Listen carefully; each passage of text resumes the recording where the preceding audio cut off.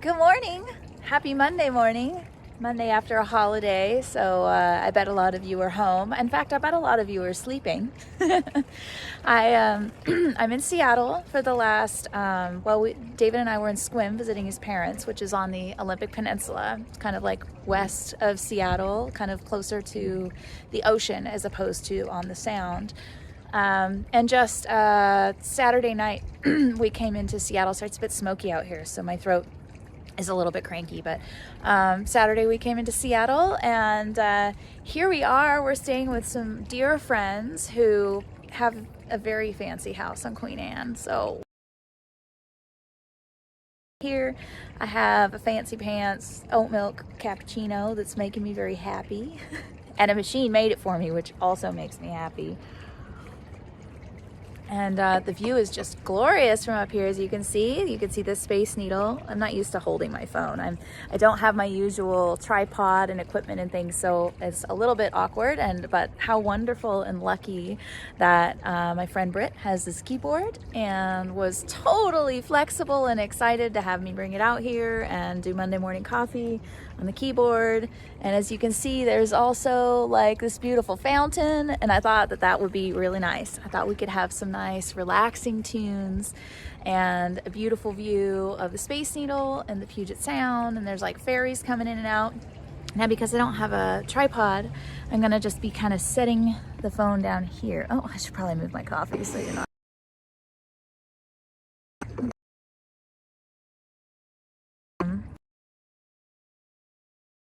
We're gonna do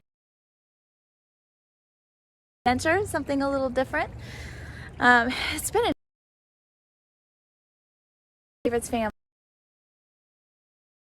came over from New Jersey with his partner. Time all in Sequim, and I made delicious, wonderful lunches every day, which is kind of my jam. Doing.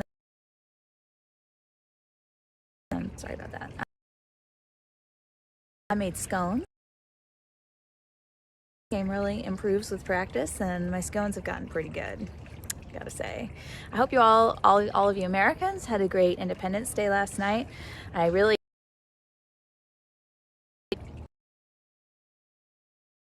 very smoky. It looks foggy, but I think it's actually mostly smoky. The forecast said smoky weather today. There's wildfires going on. Streets that would be. It bums me out these days. New Year's, I used to, when I was a kid, of course, I really loved these things, but and go, oh god,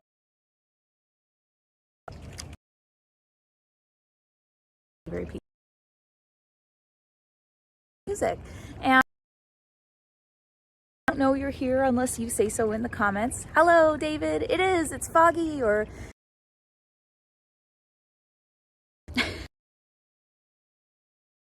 counterintuitive. So I'm gonna just kind of play. I think I'm gonna give it a shot. I'm gonna give a shot at playing Skyscraper Sunrise, which was on part of the 52, and I actually started writing that song on this keyboard. Like, if you've been at one of my concerts and heard me tell the story of that, Jeff and Britt used to live in a skyscraper in downtown, and we stay with them when we come here often, and just watching the sunrise over the buildings and the moisture glinting off the windows, and just this beautiful kind of being above it all, watching the city come to life. I haven't played it for a long time. We'll see how it is. and then I'm just going to do some beautiful improvising and kind of enjoy the space. Please let me know how the sound is. I can turn this fountain off if it's too loud, but I just thought it would be really nice to have it. And there will be some background noise, some traffic and things, because we're in the city.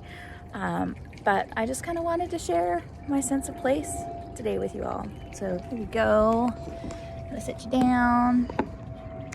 I'm gonna move my coffee to the ground. There we go.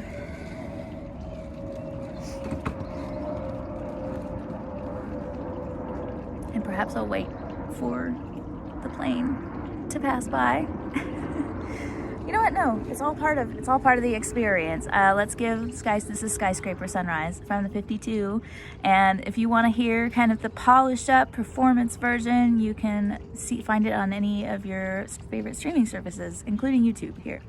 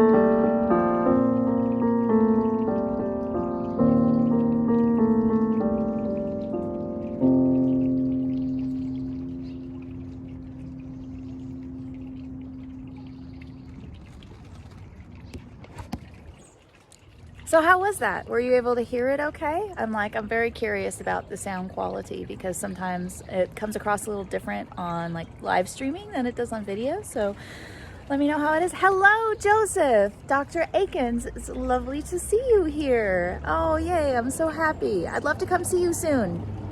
I'll send you a message. Hello, Dave. Lovely to see you too. You know what? I wasn't sure if folks would be coming today because it's the day after a holiday, and you know, I imagine lots of people are sleeping in. In fact, I have to say the 8:30 Monday morning coffee, which is 8:30 here in Seattle, after a holiday was a little bit challenging for me, but here I am. Last night our friends Jeff and Britt had their friend John come over and made us like the most amazing Korean barbecue right on this terrace, like just right on the table. It was absolutely wonderful. And we had shochu, which is a Korean spirit that tastes a lot like water.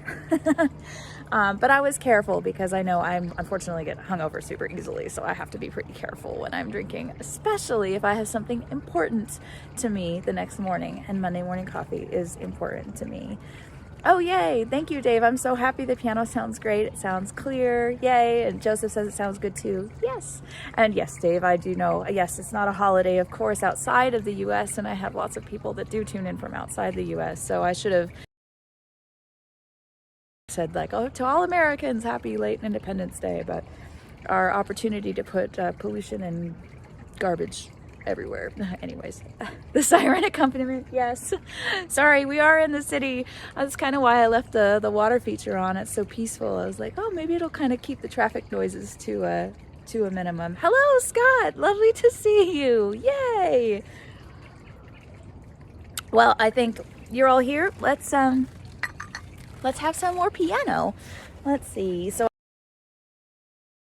once again, I actually started writing on this keyboard at Jeff and Pritt's condo in downtown when they were living downtown. So that was kind of a fun revisiting. And now I think I'm just gonna do some improvising. This feels like such a beautiful, kind of serene, peaceful space. And I'd like to kind of share my sense of place with you. I wish I had a nice like tripod and I could like kind of have it up here so you could see the view as I play. But alas, I just have the teensy little kickstand on the back of my case. So we're gonna have to go with that. I guess I should be grateful that I've got that. I'm gonna put you down here for some improvising. Let's see. Oh, I was rocking, I gotta tell you, I was rocking the nursery rhymes yesterday because Jeff and Britt have baby who's 1.5 years old, and she's the most adorable little bean ever. And they wanted me to play for her and kind of see how she interacted. And it turns out she was like really, really into the music, anything I was playing. But the thing that really, really got her like dancing and jumping and really excited was like singing. So we were singing nursery rhymes and I was playing, and it was very fun. Dave is asking, do I have family here anymore? I do, actually. Part of the reason for this trip, I mean, I have many, many, many dear people here in Seattle. So every visit to Seattle is like 3 social engagements a day minimum, so that I'm trying to kind of catch up with everybody and kind of keep these relationships alive, which is so important to me. But my brother, actually 2 of my brothers live here in Seattle, and my sister live here. And then just lots of, old family, friends who are like family, friends who are like family. So lots of important people to visit. And a big part of the reason for this visit is because my mother passed away last May of 2020. And we didn't really get a chance to have any kind of like mourning in-person experience for her because of COVID.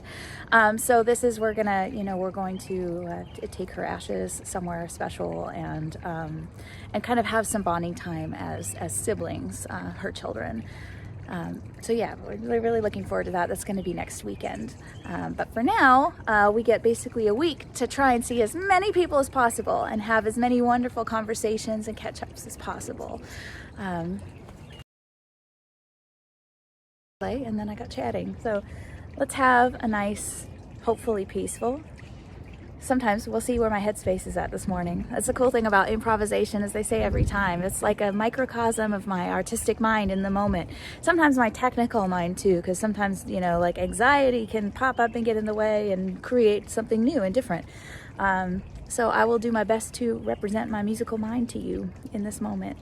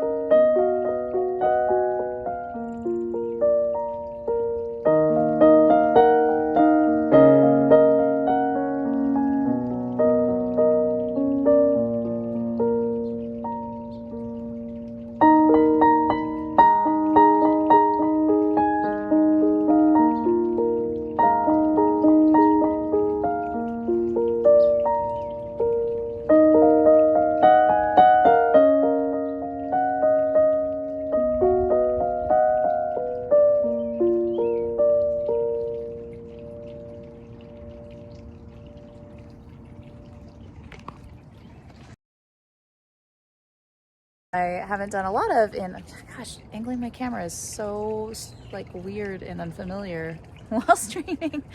I think because it's normally mirrored, and so just like my normal instincts are like, oh, like turn it this way and it'll yeah, I wanted to try doing something a little different, a longer form improvisation in 3 parts with like 3 different keys. Thought it might be a little bit interesting to kind of enjoy the atmosphere a little bit. So I'm feeling very lucky to be here. I want you to know for next week, it's not going to be Monday morning coffee. It's actually going to be Tuesday afternoon coffee at 1 o'clock Central Standard Time, because David and I are going to be literally on a plane during normal Monday morning coffee time.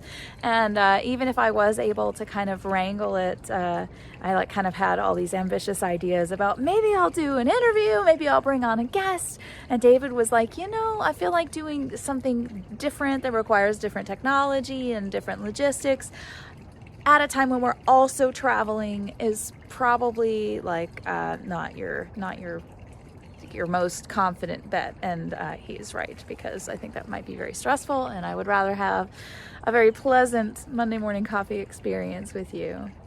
Oh, thank you, Scott. Yay, I'm so glad you enjoyed it. That just kind of yeah, just sort of I'm not feeling like I have a lot of upper cerebral control this morning because I'm a bit tired, so you know, it just kind of like went where it was gonna go. It took me where it wanted me to go. So next week's Monday morning coffee is going to be Tuesday afternoon coffee. And yeah, I'm wondering how you all are doing. If you have any questions, any comments, anything you'd like to share with me, I'm here. You know, I'm actually here in Seattle chatting to you through my phone. So think of it like a video chat catch up where we get to say, hey, I've been up to this and I've been up to this. So if you have any questions, feel free to hit me with them. And in the meantime, I'm gonna try, let's see. No, I'm just gonna play something. We'll see how it goes. One more thing, I think. Oh, gotta move my coffee again.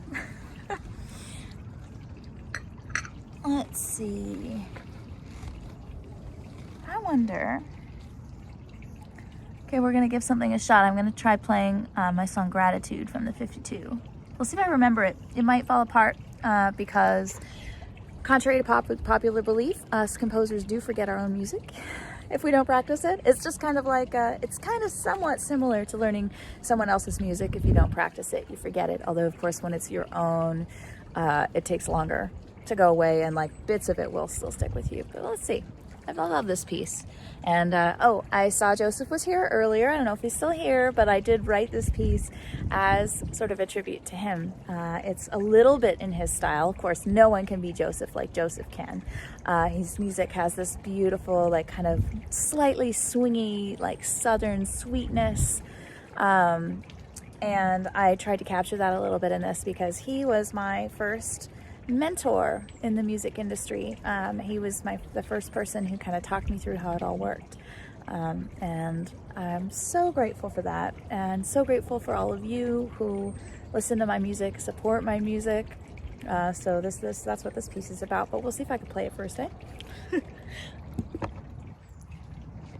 Just FYI, it might become something else. So if you would like to hear gratitude, I really suggest going on your favorite streaming service and pulling it up. Really new as I play it.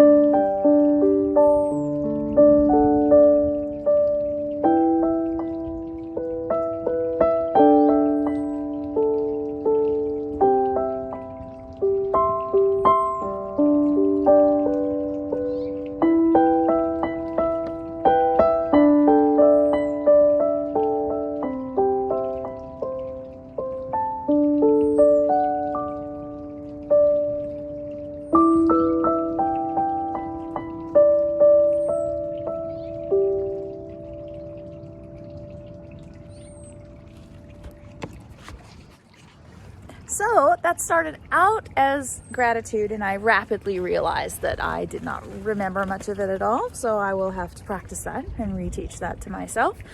So if you liked the way it started, play the song, but I would suggest you go find it somewhere and please listen to it, because that's always great for me. Now, Curtis asked a good question right as I was about to play, and he says, do you listen to other artists for inspiration?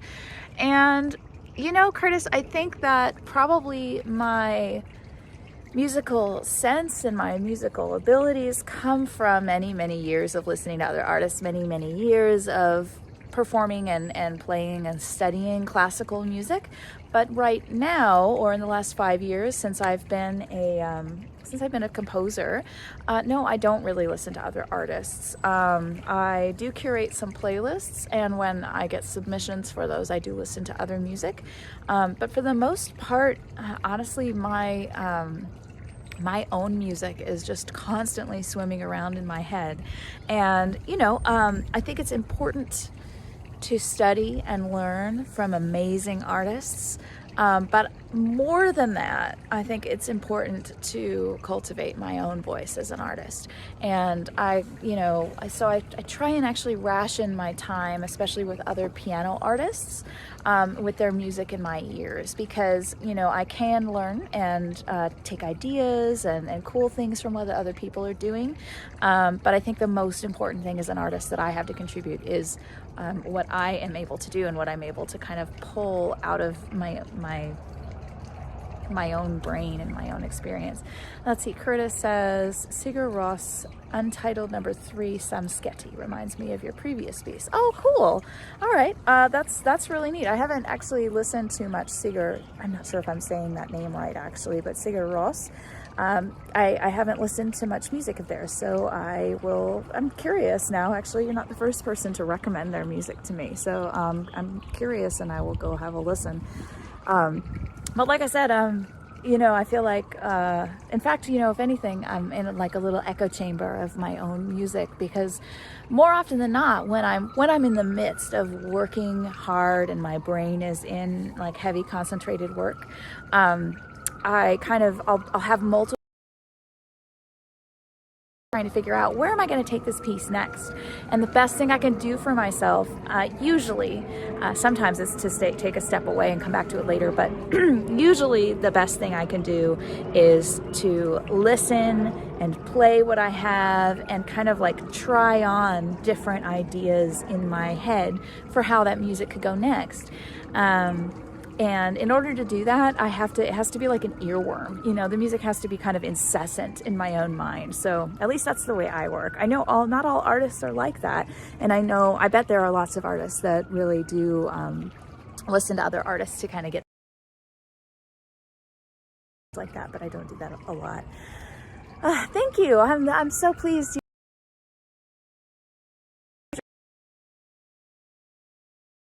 Tell I'm tired because I start using positive and creative. Well, let's see. Dave is asking. Not. I think yesterday the high was 79, which I'm trying to think of where that is at. That's maybe about 25C. That's a total guess. So somebody actually can look it up. Somebody knows. That would be great. But yeah, not too hot.